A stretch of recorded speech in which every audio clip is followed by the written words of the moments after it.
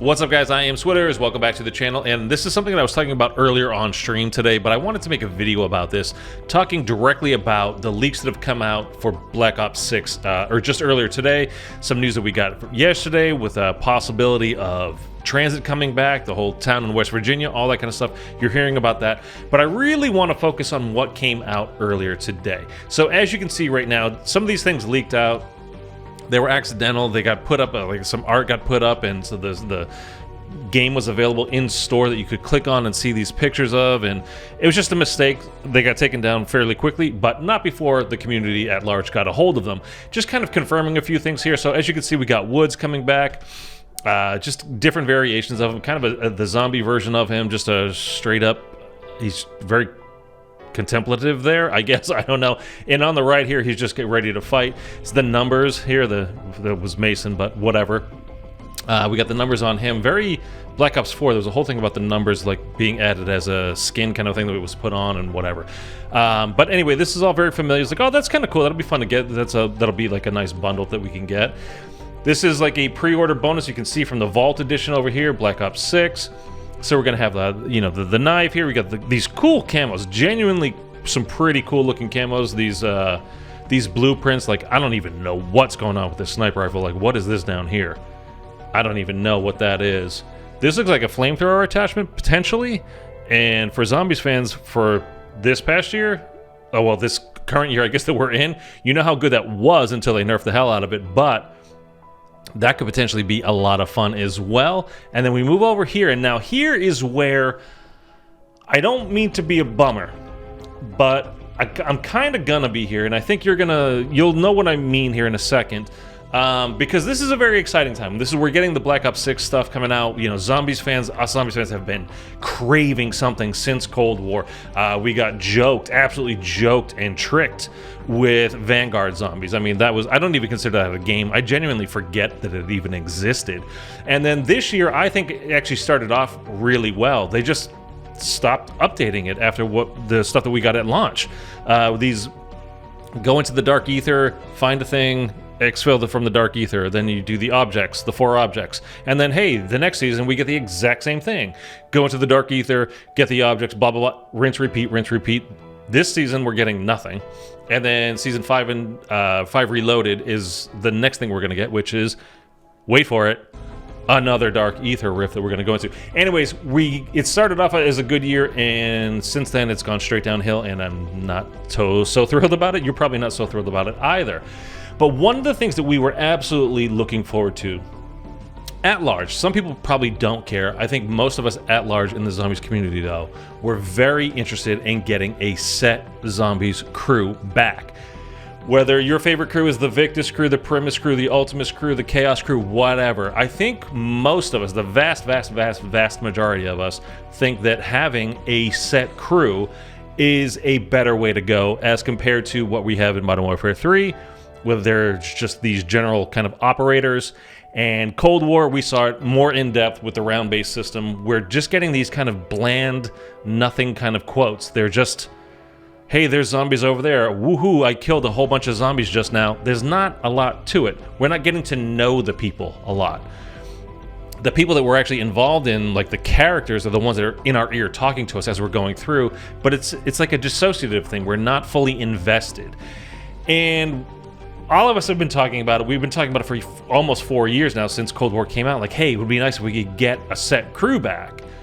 And then seeing this is one of the Vault Edition, I think, pre-order bonuses you're going to get as well. So we've got the Black Ops kind of colors with the black and orange for these 2 characters here, this guy, this lady. As far as I can tell, they're just standard operators. I don't know if these are like named characters. But then here we have Brutus, we have the Warden. And then here we have Klaus from Mauer der Toten. Now, if we look at Klaus first, there's still hope. Because Klaus is a robot. You can make many Klauses. It doesn't have to just be the one Klaus from Mauer der Toten who walked into that thing at the end of Mauer der Toten, and he went to the other side with the bomb, blew it up, and so Klaus is gone. But it's a robot. Again, there could be more Klauses. You literally build a robot. There could be 1 million of them. Could be 2 million of them, whatever. So there could be more Klauses, he could be part of the set crew that we have. Like, that would make sense. He would be on our side trying to go get Samantha from the Dark Aether. That totally makes sense. What doesn't make sense when you look at it even a little bit is Brutus, the Warden, being part of the set crew. In no way, shape, or form would that ever make sense that he would be part of our set crew that we're going to play as. It just flat out doesn't make sense. So all I can discern from this is that we are not getting a set crew back in Black Ops 6. We are stuck with generic operators yet again. We might have, like we did in Cold War, where we got the Samantha Maxis bundle. You can have, you know, she's got her own lines, so you could have, Brutus will have his own lines, Klaus will have his own lines, but it's not going to be the same. It's not our crew. And we're not going to get to know these people in a deep way. I mean, Klaus isn't even a person. So I think one of the things that really, you know, helped us become fans of the zombie series is getting to know the characters, getting to know Tank Dempsey, getting to know Edward Richtofen, their history, the things that they went through, what's great about them, and also what's really bad about them. It helps you to know them, to understand them as humans rather than just these kind of generic characters. Was something, like I said, it's sorely missed in Cold War, and it looks like it's going to be very much missed in this next game as well, Black Ops 6, and that's really unfortunate as far as I'm concerned. I'm going to click on this next tab, and it's not really going to get any better. For most of you, actually, I took a poll today for like 92% of the people that responded so far. This is a great thing for you guys. I don't like it. I'll explain why. But Gobblegums are coming back. Obviously we had Gobblegums in Black Ops 3, and then we had Elixirs in Black Ops 4. In between those, we had Infinite Warfare Zombies, where we had the Fate and Fortune cards, which were the exact same system as Gobblegums. 95% of the exact same. How they were used was a little bit differently, but the same principles applied. So anyways, they're coming back. For me, the reason why I think that's terrible is, one, I think it's 100% it's a pay-to-win crutch. Let's put it that way. If you can have, you're feel free to disagree with me, and I know a bunch of you will. You're probably already downvoting the video, and you're in the comments calling me an idiot. Fine, fair enough. But let me just explain. If you have like the mega gums and whatever, and the people that have been saying like, well, with Black Ops 3, we didn't get Perkaholic right at the beginning of the game, we didn't get raindrops right at the beginning of the game, we didn't get shopping for, I don't remember exactly all the ones we had, but like, so maybe they'll roll them out this year as well. They rolled out 8 years ago. It's out of the bag. They're not. I don't think they're going to reel it back in now. Plus, you're more likely to spend money, real money, buying COD points if you have the opportunity to get Perkaholics in shopping freeze rather than just some kind of like a nuked out Gobblegum or a double points Gobblegum. You're not going to spend that much of your real money on Gobblegums if the rewards aren't that great. Perkaholic is a great reward, but that goes back to what I'm saying. It kind of breaks the game. So if you go back to BO3 and you watch your favorite, big streamer or whatever, and by round 3 they have their full Perkaholic, they have the entire map open, and they've got like 15 grand in points. By round 3, which for most people you'd still be in spawn, or maybe you've opened one door, and you're just trying to progress still with a starting pistol and make your way through the map. So I'll never tell anybody how to spend their money or what to do. I'm sure I'll end up buying plenty of Gobblegums. I'm a zombies YouTuber and streamer, so I'm going to. I just wish it wasn't in the game. On top of that, so I just think it's game-breaking, pay-to-win kind of right out of the bat. But on top of that, Cold War was a easy zombies game. As far as zombies goes, I'm not saying that it doesn't have its challenges.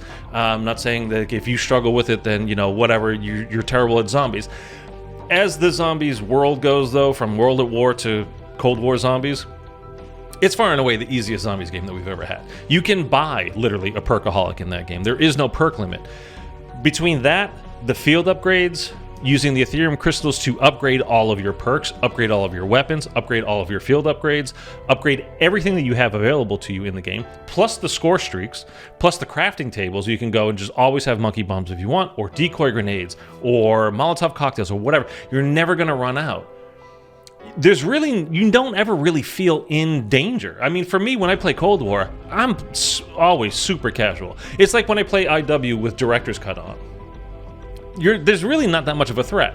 I know I'll be able to get out of whatever situation I'm in by just pressing 2 buttons, at most. I activate Aether Shroud and instantly I'm out of trouble.